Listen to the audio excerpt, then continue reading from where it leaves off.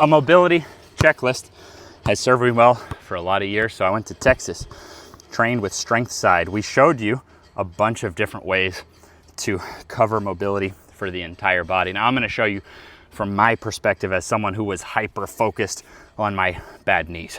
For the first part, we've got foot and ankle, and this is not what I did. That is valid. For me, those positions would have been excruciating. What I've done the most, 15 years of experimenting and practice, is lots of calf raises with a straight leg. You can scale that from 2 legs to 1 leg. You can stand on something and add weight. Then turning that around, the reverse of a calf raise. And if you've had past ankle sprains, I'll show you here, you can even rotate down to the pinky toe, up, rotate down to the big toe, up. Then getting into a bent knee position, 2 legs, it's going to be easier, and you control the difficulty. So this is going to be easier.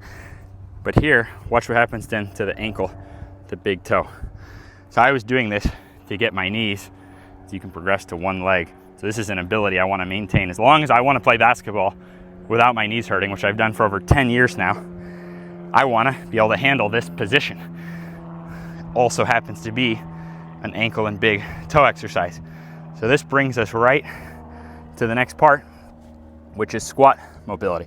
So the better that foundation is, then the easier the squat mobility. So I wasn't expecting to have good squat mobility. For me, it was a combination of that foundation I showed you, plus then one side at a time, because my knees felt very different.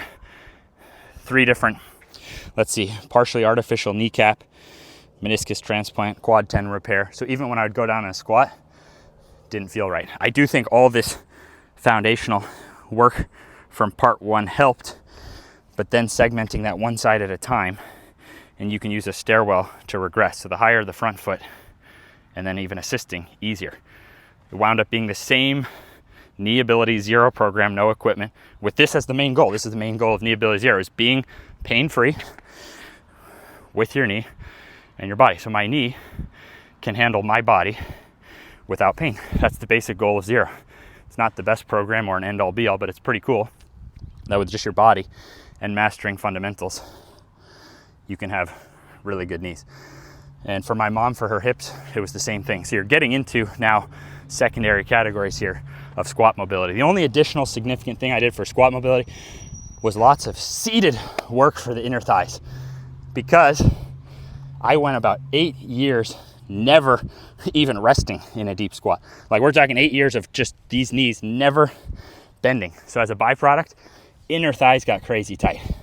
You can do that with body weight, dumbbells, so scalable. So that's the inner thigh portion. Look, I can get in a deep squat without my knees going over my toes because the inner thigh. So you have the knee plus inner thigh equals squat mobility. Now we start getting into lateral components. This is a great goal, and what I would suggest mastering while you're young. I didn't start there. For me, it was different pancake work. So this is cool because you have scalability of how far your feet are. Like, look at this. That's no load on the groin.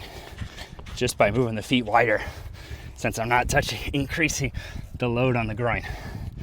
So for me, it was just slow and steady, building up that strength through stretch, that then, because of this work, I'm able to put that together with pretty good flexibility in here. Then, big learning experience for me watching my wife. She gets up and down like this. That was excruciating to look at when we first started dating. Only recently I found out I could do that. I did much gentler, mostly just getting the legs 90-degree position, either stretching. When you're here, you get a stretch like in there, and when you lean here, you get a little different stretch, meaning you have the legs rotating out or in. So you can see with lateral hip mobility, there's the groin, but there's also the outside of the hips. Then we started to get into it, but the leg going back or forward. And for me, it was primarily getting stronger on that deep split squat. Secondary effect here, knees not touching the ground. It's elevated, so I'm under load here.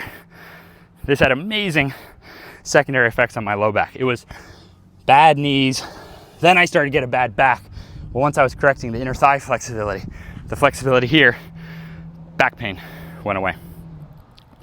And then I was loading a stretch here. I only got into loading stretches here after getting into loading stretches here, because I saw how well it worked to take my strength and flexibility and say, okay, I'm gonna train strength and flexibility in harmony.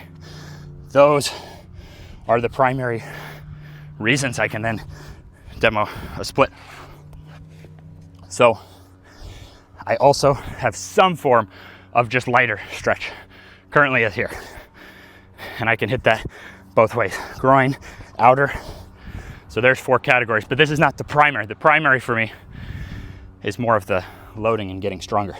All that gives a great foundation, but you still then have the torso itself. So I also embrace rounding the back.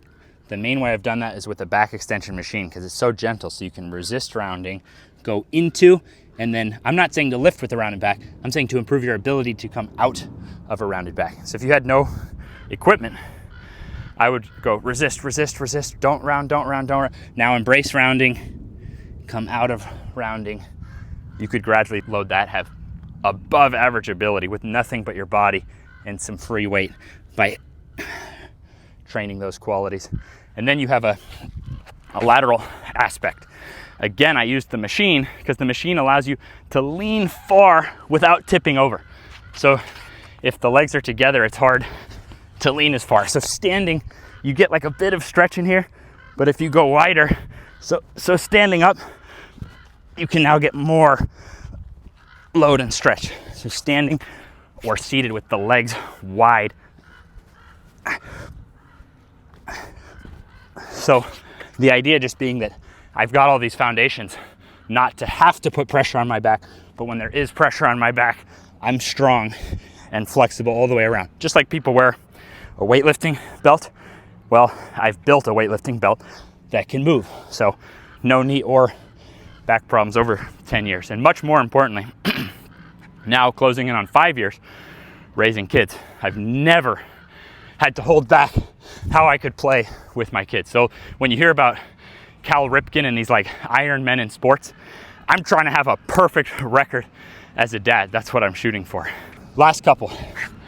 You have the arms going back from the body and then also overhead.